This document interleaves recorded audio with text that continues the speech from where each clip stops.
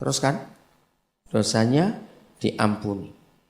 Dan jikalau kamu menyatakan dosa orang tetap ada, dosanya tetap ada. Jujur ya, saya tanya ini yang saudara jawab. Mana yang lebih menakutkan? Menakutkan dalam arti bukan takut ketakutan ya, tapi lebih luar biasa. Mana yang lebih sulit? Ini pertanyaannya sama. Untuk satu hal saya tanya, tapi dua pertanyaan. Mana yang lebih menakutkan, yang lebih hebat, yang lebih sulit dikerjakan?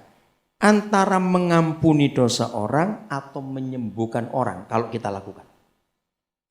Ayo jawab cepat. Mengampuni dosa.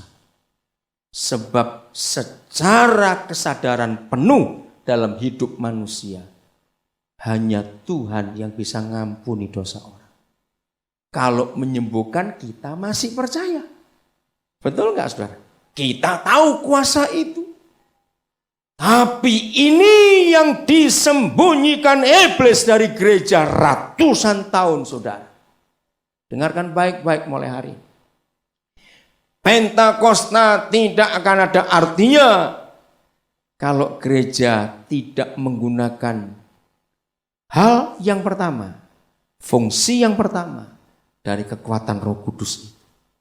Ternyata pekerjaan pertama dari Roh Kudus sebelum menyembuhkan, sebelum karunia, sebelum apa-apa adalah mengampuni dosa orang. Saudara, hari ini Roh Kudus ingin kita sadar. Masa aku bisa mengampuni dosa orang? Nah, kalau saudara berkata masa, lah ngapain Yesus ngomong seperti ini? Ayo. Betul? Kalau dia berbicara seperti ini, saudara percaya tidak? Loh, ayo yang lain bagaimana? Orang egois nggak pusing dengan ayat ini, urusanmu sudah. Mau dosa mau nggak urusanmu. Itu orang egois. Tapi kita punya otoritas ini. Saya menemukan perbedaan saudara. Ternyata antara mengampuni dosa orang dengan mengampuni orang yang berdosa itu beda. Saya nggak ingin buat saudara bingung, nggak, cuma menerangkan. Apa bedanya mengampuni dosa orang dan mengampuni orang yang berdosa? Dalam kitab dibedakan betul. Mengampuni dosa orang, ya dosanya orang-orang itu yang nggak ada sangkut paut dengan kita. Tapi mengampuni orang berdosa, yaitu yang bersangkut paut dengan kita. Saudara sepertinya nggak nanggapi gitu, bingung kelihatannya itu kena apa. Ayo bangkit saudara. Karena gereja seringkali lupa fungsinya. Kita seringkali sadar cuma buat kebaktian, beri persembahan. Enggak. Ternyata Roh Kudus yang kita peringati kedatangannya setiap tahun, itu membuat setiap orang Kristen yang penuh dengan Dia itu punya satu kekuatan yang gak main-main. Jadi kalau kita belum bisa mengampuni orang berdosa, padahal itu perintah Yesus berikan kepada kita. Masih ingat apa yang Dia katakan? Kalau ada orang menyakiti kita, ada orang mengutuki kita, ada orang membenci kita, kita suruh ngapakan? Doakan supaya cepat mati gitu. Awas. Suruh ngapakan? Ampuni. Nah kan sudah tahu dari dulu sebetulnya. Bahwa kalau ada orang berdosa kepada kita, karena kita disakiti, kita difitnah, kita dihina, kita diapa-apakan. Itu harus kita ampuni. Kok gak ada yang ngamen? Banyak musuhnya mungkin ini. Betul? Harus kita ampuni. Kemarin malam di jembatan 5, Tuhan suruh saya ngajar ini. Sudah waktunya gereja-gereja itu mengundang orang maju ke depan. Bukan mendoakan orang sakit supaya sembuh. Bukan mendoakan orang punya masalah supaya selesai masalah. Tapi Roh Kudus berkata begini kemarin malam. Ini waktunya gereja mengundang orang-orang Kristen yang belum pernah difitnah untuk difitnah. Loh kok tertawa? Kenapa? Ini serius saudara. Kapan kita bisa praktek ngampuni kalau kita nggak pernah disakiti? Betul nggak? Maka itu yang belum pernah disakiti, maju ke depan sebentar, saya akan doakan. Supaya orang menyakiti dan memfitnah saudara. Ngehenya itu apa? Karena kalau tidak kita nggak pernah mengalami otoritas yang Roh Kudus berikan kepada gereja untuk mengampuni dosa orang supaya dosanya diampuni. Bagaimana kita bisa mengampuni dosanya orang-orang di dunia ini? Kalau orang yang berdosa kepada kita aja kita nggak bisa ngampuni. Otoritas ini luar biasa. Saudara, kalau begitu, dunia ini banyak orang berbuat dosa.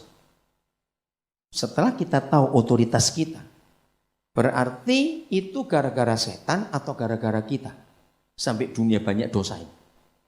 Ayo jawab. Nah, pintar semua kalau begitu. Maka itu kalau mulai hari ini kita menggunakan otoritas ini, dosa orang-orang makin berkurang. Karena kita mengampuni mereka. Saya akan akhiri dengan pengertian ini. Bukankah hanya pengadilan yang bisa menyatakan orang bebas atau orang bersalah? Ya tidak. Kalau begitu Yohanes 5:22. Betul tidak? Bukan Bapa yang menghakimi dunia ini, tetapi seluruh penghakiman dunia diserahkan kepada gereja. Ya atau tidak, saudara? Kita yang harus menghakimi dunia ini. Anak kita ini anaknya. Lalu bentuknya bagaimana? Konkretnya bagaimana? Ini kebiasaan saya tiap kali saya mendapat pewahyuan dari Roh Kudus. Saya mesti tanya, contoh ayatnya di mana? Saudara, ternyata ada satu kitab, cuma satu pasal di dalam Perjanjian Baru. Dan hampir gereja nggak pernah khotbahkan kitab itu. Namanya kitab Filemon. Mari kita buka sebagai yang terakhir. Kitab Filemon. Ternyata ini cara mengampuni dosa orang. Filemon itu orang kaya, orang terhormat, donaturnya Paulus, cinta Tuhan, sayang Paulus. Tapi Paulus di penjara. Nah, di penjara itu Paulus bertemu dengan seorang anak namanya Onesimus. Nah, Onesimus ini hari itu bebas dari penjara. Hukumannya sudah selesai. Ternyata anak ini nggak mau pulang, mau tetap tinggal di penjara. Kan kaget. Nah, akhirnya Paulus tulis surat kepada mantan majikan anak ini yang adalah teman baiknya Paulus sendiri.